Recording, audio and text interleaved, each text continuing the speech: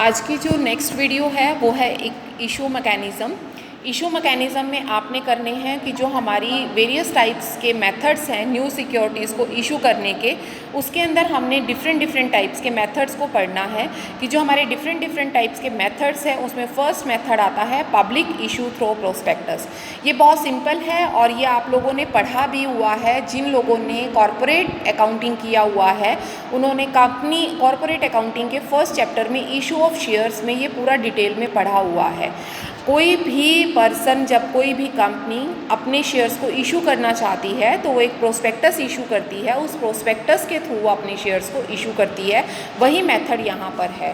वो कहता है public issue through prospectus, this is the most common और popular method of raising the capital from the general public and the company invite the public to subscribe the shares through the prospectus। Mean जो आपका सबसे important और most common और popular method है पैसा बढ़ाने का, रेज अप करने का कैपिटल को, वो है जनरल पब्लिक के थ्रू। और वो जनरल पब्लिक को इनवाइट करती है किसके through?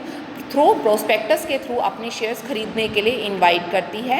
And the company gives the direct offers to the investing public to subscribe the securities of the companies at a given price.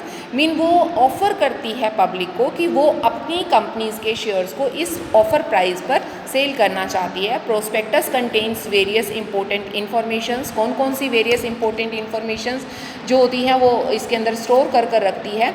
उसमें फर्स्ट आपकी आती है, जैसे कि इसमें लिखा भी हुआ है, इंफॉर्मेशंस के रिगार्डिंग कि कंपनीज़ का नेम होता है, कंपनीज़ का एड्रेस होता है, एंड कंपनी से रिलेटेड प्रमोटर्स कौन हैं, ऑडिटर्स कौन हैं, इसके ऑडिटर्स हैं, बैंकर्स हैं, ब्रोकर्स कौन से हैं। ये सारी इंफॉर्मेशंस आपकी किसके अंदर शामिल की जाती हैं? आपके प्रोस्पेक्टस के अंदर शामिल की जाती हैं। And the date of opening and the closing also भी मैंशन, ऑल्सो भी सब्सक्रिप्शंस लिस्ट वगैरह कब होगी, क्रेडिट रेटिंग कब की जाएगी, CRS IL में कब इसका वो होगा, ऑब्टेन की जाएगी। ये सारी चीज़ें भी आपकी किसके अंदर होती हैं? प्रोस्पेक्टस के अंदर इंफॉर्मेशंस आपको क्लियर कट दी होती हैं। उसके बाद आपके आते हैं एडवांटेजेस क्या हैं इस मेथड के थ्रू ऑफर करने के। The company and issue get full publicity, mean उसको कंपनी को पूरी पब्लिसिटी मिल जाती है इसके थ्रू, क्योंकि कंपनीज़ का प्रोस्पेक्टस होता है और प्रोस्पेक्टस में कंपनीज़ अपने प्रॉफिट एंड लॉस और हर चीज़ को मेंशन करती है, जिससे ये पता चल जाता है कि कंपनीज़ की वाकई में रेपुटेशन अच्छी है, जिसकी वजह से लोग उसके शेयर्स को ज़्यादा मात्रा में खरीद पाते हैं। उसके अलावा entire issue process becomes transparent to the public and authorities. वो कहता है जो आपकी पूरी की पूरी प्रोसेस है, जब आप प्रोस्पेक्टस के थ्रू सब्सक्रिप्शन देते हैं तो पूरी की पूरी प्रोसेस जो है वो ट्रांसपेरेंट हो जाती है, ओपन हो जाती है, कहीं पर भी कोई भी फ्रॉड केस नहीं होता है। The issue get wider distributed, mean जितना दूर तक, काफ़ी दूर तक आप इसको पब्लिसिटी कर सकते हैं और इससे काफ़ी जोग्राफिकल एरिया को भी कवर किया जा सकता है। The issue is allotted among the applicant और द नॉट डिस्क्रिमिनेटरी बेसिस। वो कहता है जो एप्लीकेशंस होती हैं उसी के बेस पर अलॉटमेंट की जाती है, कहीं पर भी बायसनेस की ज़रूरत नहीं पड़ती, कहीं पर भी कोई भी गड़बड़ नहीं की जाती। And the article scarcity of the share in the market is avoided and the minimum the article jackings up the price of new floating. वो कहता है जो आर्टिकल स्कैरसिटी होती है शेयर्स की, उसको उससे भी आप अपनी मार्केट को अवॉइड कर सकते हैं, न्यू शेयर मार्केट को अवॉइड कर सकते हैं।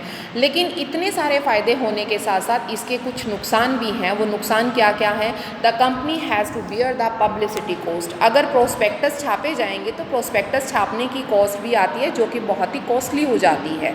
उसके अलावा the company has to incur floating cost, जैसे कि ब्रोकर्स की है, अंडर राइटर्स एक्सपेंसेस है, ये सारी कॉस्ट भी उसको बियर करनी पड़ती हैं अगर वो इस तरह से प्रोस्पेक्टस के थ्रू अपने शेयर्स को सेल करती हैं। And the company also has to incur administrative cost, जैसे कि कॉस्ट ऑफ प्रिंटिंग है, प्रोस्पेक्टस वगैरह की है, पोस्टेज की है, एडमिनिस्ट्रेटिव कॉस्ट वगैरह है, या कोई बैंक चार्जेस हैं, ये सारी कॉस्ट भी उसको बियर कर चलनी पड़ती है।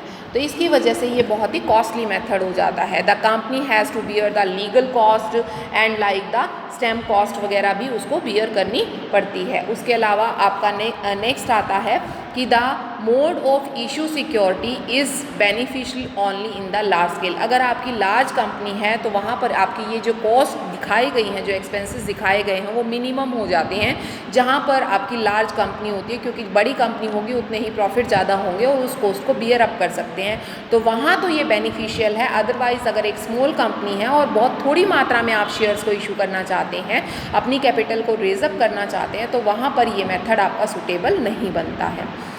ओके, नेक्स्ट मेथड आपका आता है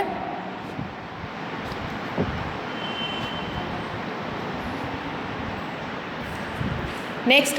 अब इसमें एक टॉपिक छोटा सा और दिया हुआ है कि जो करंट पोजीशन है आज के दिन, जो करंट पोजीशन 13, 14 और 14, 15 की इसमें दे रखी है कि इक्विटी शेयर्स जो हैं वो 38 से 12.4 हुए हैं और 48 से 30.4 हुए हैं। मीन उनका इशू रेट कम हुआ है बढ़ने की बजाय। सेम जो है इसने डिबेंचर्स और प्रेफरेंस शेयर्स का कुछ भी नहीं बताया, और इसने जो आपके कन्वर्टेबल और नॉन कन्वर्टेबल हैं उनके बारे में भी बताया है कि जो 16 थे, मीन कन्वर्टेबल से नॉन कन्वर्टेबल जो शेयर्स हैं उनकी मात्रा बहुत ज़्यादा बढ़ गई है इस तरह के इशू से। अदरवाइज़ और कोई भी नहीं बढ़े हैं। जो नॉर्मल इक्विटी शेयर्स होते हैं वो तो काफ़ी घट गए हैं। जो ये वाला आपका मेथड है, अगर इस मेथड के थ्रू एक कंपनी जो है अपने शेयर्स को इशू करती है। नेक्स्ट वीडियो में।